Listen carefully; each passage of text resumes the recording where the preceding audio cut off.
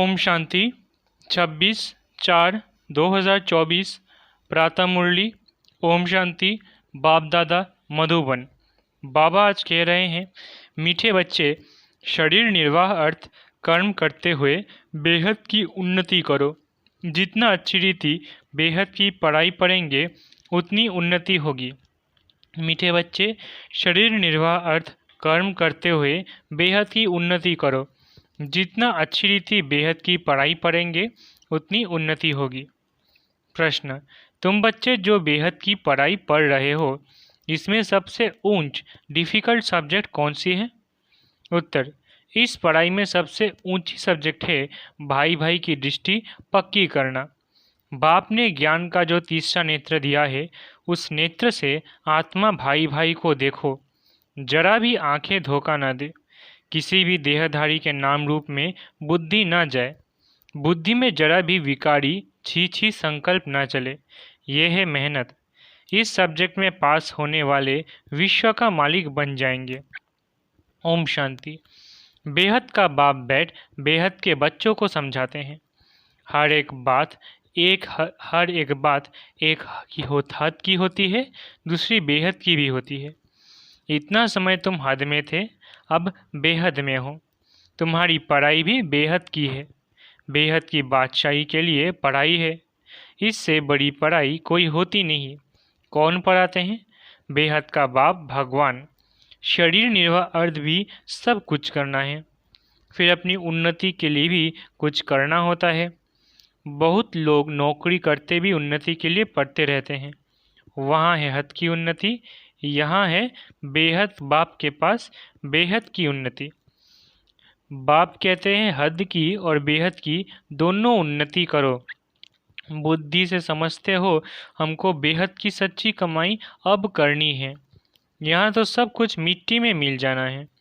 जितना जितना तुम बेहद की कमाई में जोर भरते जाएंगे तो हद के कमाई की बातें भूलते जाएंगे। सब समझ जाएंगे अब विनाश होना है। विनाश नज़दीक आएगा तो भगवान को भी ढूंढेंगे। विनाश होता है तो जरूर स्थापना करने वाला भी होगा। दुनिया तो कुछ भी नहीं जानती।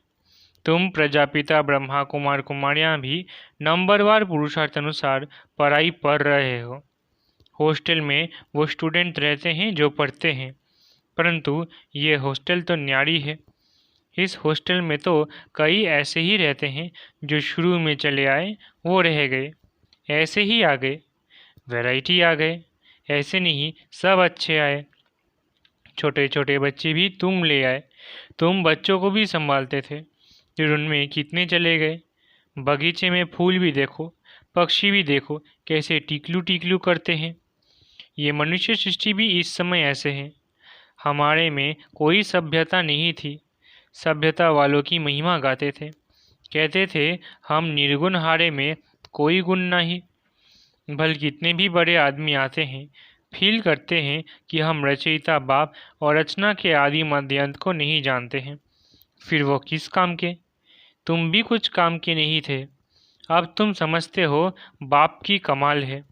बाप विश्व का मालिक बनाते हैं। जो राजाई हमसे कोई भी छीन नहीं सकते। जरा भी कोई विघ्न डाल ना सके। क्या से हम क्या बनते हैं। तो ऐसे बाप की श्रीमत पर ज़रूर चलना चाहिए। भल दुनिया में कितनी ग्लानि हंगामे आदि होते हैं, ये कोई नई बात नहीं है। 5000 वर्ष पहले भी हुआ था। शास्त्र में भी है। बच्चों को बताया है। ये जो भक्ति मार्ग के शास्त्र है वो फिर भक्ति मार्ग में पढ़ेंगे। इस समय तुम ज्ञान से सुख धाम में जाते हो, उसके लिए पूरा पुरुषार्थ करना चाहिए। जितना आप पुरुषार्थ करेंगे उतना कल्प कल्प होगा। अपने अंदर जांच करनी है, कहाँ तक हम ऊंच पद पाएंगे। ये तो हर एक स्टूडेंट समझ सकते हैं कि हम जितना अच्छा पढ़ेंगे उतना ऊंच जाएंगे। ये हमसे होशियार है, हम भी होशियार बने। व्यापारियों में भी ऐसे होता है। मैं इनसे ऊपर जाऊं यानी होशियार बनूं। अल्पकाल सुख के लिए मेहनत करते हैं। बाप कहते हैं, मीठे मीठे बच्चों, मैं तुम्हारा कितना बड़ा बाप हूँ। साकारी बाप भी है तो निराकारी भी है, दोनों इकट्ठे हैं। दोनों मिलकर कहते हैं, मीठे बच्चे, अब तुम बेहद की पढ़ाई को समझ गए हो और तो कोई जानते ही नहीं है। पहली बात तो हमको पढ़ाने वाला कौन? भगवान क्या पढ़ाते हैं? राजयोग। तुम राज ऋषि हो, वो है हठयोगी। वे भी है ऋषि, परंतु हद के। वो कहते हैं हमने घर बार छोड़ा है। ये कोई अच्छा काम किया है क्या? तुम घर बार तब छोड़ते हो जब तुमको विकार के लिए तंग करते हैं। उनको क्या तंगी हुई? तुमको मार पड़ी तब तुम भागी हो। एक एक से पूछो, कुमारियों ने, स्त्रियों ने कितनी मार खाई है, तब चली आई। शुरू में कितने आए? यहाँ मिलता था ज्ञान अमृत तो चिट्ठी ले आई कि हम ज्ञान अमृत पीने ओम राधे के पास जा रहे हैं। ये विकार पर झगड़ा हंगामा शुरू से चलता आ रहा है। बंद तब होगा जब आसुरी दुनिया का विनाश होगा, फिर आधा कल्प के लिए बंद हो जाएगा। अभी तुम बच्चे बेहद के बाप से प्रारब्ध लेते हो। बेहद का बाप सबको बेहद की प्रारब्ध देते हैं। हद का बाप हद की प्रारब्ध देते हैं, वो भी सिर्फ बच्चे को ही वर्षा मिलता है। यहाँ बाप कहते हैं तुम बच्ची हो या बच्चा, दोनों वर्षे के हकदार है।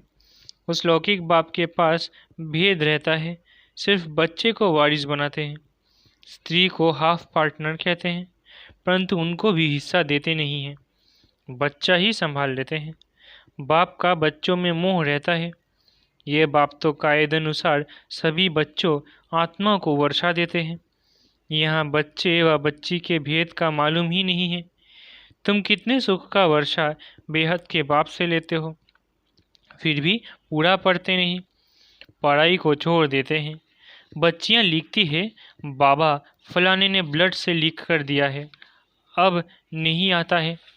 ब्लड से भी लिखते हैं, बाबा आप प्यार करो व ठुकराओ, हम आपको कभी छोड़ेंगे नहीं, परंतु परवरिश लेकर फिर भी चले जाते हैं। बाप ने समझाया है ये सब ड्रामा है। कोई आश्चर्यवत भागंती होंगे, यहाँ बैठे हैं तो निश्चय है। ऐसे बेहद के बाप को हम कैसे छोड़ें? ये तो पढ़ाई भी है, गारंटी भी करते हैं हम साथ ले जाएंगे। सत्ययुग आदि में इतने सब मनुष्य नहीं थे, अभी संगम पर सभी मनुष्य है। सत्ययुग में बहुत थोड़े होंगे, इतने सब धर्म वाले कोई भी नहीं रहेंगे। उसकी सारी तैयारी हो रही है। ये शरीर छोड़ शांति धाम चले जाएंगे। हिसाब किताब चुकतो कर जहाँ से आए हैं पाठ बजाने वहाँ चले जाएंगे। वह तो होता है 2 घंटे का नाटक, ये है बेहद का नाटक। तुम जानते हो हम उस घर के रहवासी हैं और है भी एक बाप के बच्चे। रहने का स्थान है निर्वाण धाम, वाणी से परे। वहाँ आवाज़ होता नहीं। मनुष्य समझते हैं ब्रह्म में लीन हो जाते हैं। बाबा कहते हैं आत्मा अविनाशी है, उनका कभी विनाश हो न सके। कितनी जीवात्माएं हैं। अविनाशी आत्मा जीव द्वारा पाठ बजाती है। सब आत्माएं ड्रामा के एक्टर्स है।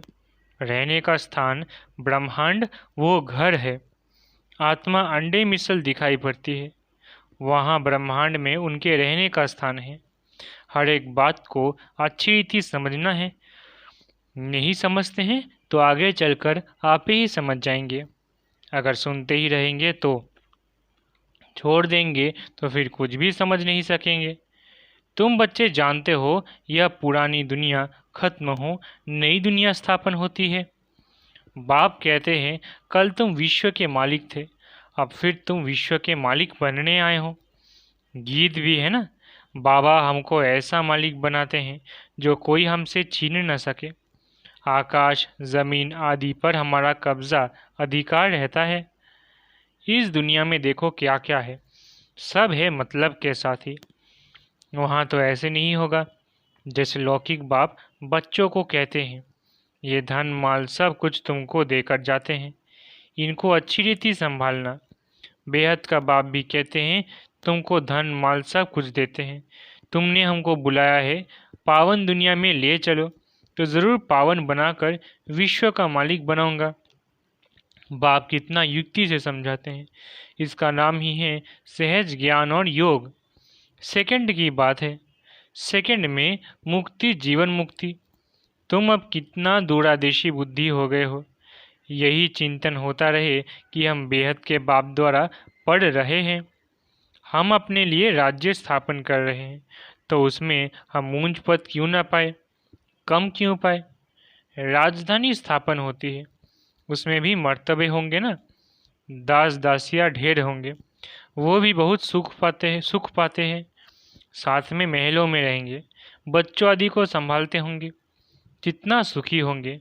सिर्फ नाम है दास दासी, जो राजा रानी खाते हैं वही दास दासियां भी खाते हैं, प्रजा को तो नहीं मिलता है। दास दासियों का भी बहुत मान है, परंतु उनमें भी नंबरवार है। तुम बच्चे सारे विश्व के मालिक बनते हो, दास दासियां तो यहाँ भी राजाओं के पास होते हैं। प्रिंसेस को की जब सभा लगती है, आपस में मिलते हैं तो फुल श्रृंगार किए हुए ताज आदि सहित होते हैं। फिर उनमें भी नंबरवार बड़ी शोभनीक सभा लगती है, उसमें रानियां नहीं बैठती हैं, वो पर्दे में रहती हैं। ये सब बातें बाप समझाते हैं। उनको तुम प्राण दाता भी कहते हो, जिय दान देने वाला। घड़ी घड़ी शरीर छोड़ने से बचाने वाला मिला, घड़ी घड़ी शरीर छोड़ने से बचाने वाला है। वहाँ मरने की चिंता नहीं है, यहाँ कितनी चिंता रहती। थोड़ा कुछ होता तो बुलाएंगे डॉक्टर को कि कहाँ मर ना जाए, वहाँ डर की बात नहीं। तुम काल पर जीत पाते हो तो कितना नशा रहना चाहिए। पुराने वाले को याद करो तो भी याद की यात्रा हुई, बाप टीचर सदगुरु को याद करो तो भी ठीक है। जितनी श्रीमत पर चलेंगे, मनसा वाचा कर्मणा पावन बनना है। बुद्धि में विकारी संकल्प भी ना आए, वो तब होगा जब भाई भाई समझेंगे। बहन भाई समझने से भी छी छी हो जाते हैं। सबसे अधिक धोखा देने वाली ये आंखें हैं, इसलिए बाप ने तीसरा नेत्र दिया है। तो अपने को आत्मा समझ भाई भाई को देखो, इसको कहा जाता है ज्ञान का तीसरा नेत्र। बहन भाई भी फेल होते हैं तो दूसरी युक्ति निकाल ला जाते हैं। अपने को भाई भाई समझो, बड़ी मेहनत है। सब्जेक्ट होती है ना, कोई बहुत डिफ़िकल्ट सब्जेक्ट होती है, ये पढ़ाई है, इसमें भी उन सब्जेक्ट है। तुम किसी के भी नाम रूप में नहीं फंस सकते हो। बहुत बड़ा इम्तिहान है, विश्व का मालिक बनना है। मुख्य बात बाप कहते हैं भाई भाई समझो, तो बच्चों को इतना पुरुषार्थ करना चाहिए। परंतु चलते चलते कितने ट्रेटर भी बन पड़ते हैं।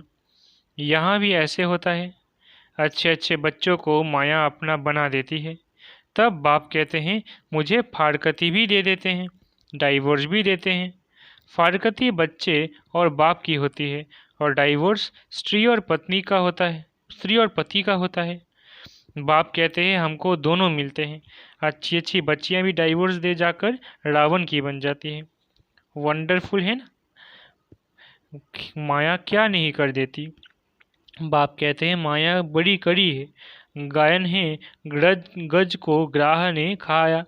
बहुत गफलत कर बैठते हैं, बाप से बेअदबी करते हैं तो माया कच्चा खा लेती है। माया ऐसी है जो कोई कोई को एकदम पकड़ लेती है। अच्छा, बच्चों को कितना सुनाए कितना सुनाऊं, मुख्य बात है अल्फ। मुसलमान भी कहते हैं सवेरे उठकर अल्फ को याद करो। यह वेला सोने की नहीं है, इस उपाय से ही विकर्म विनाश होते हैं, और कोई उपाय नहीं। बाप तुम बच्चों के साथ कितना वफादार है, कभी तुमको छोड़ेंगे नहीं। आए ही है सुधार कर साथ ले जाने। याद की यात्रा से ही तुम सतोप्रधान होंगे, उस तरफ जमा होता जाएगा।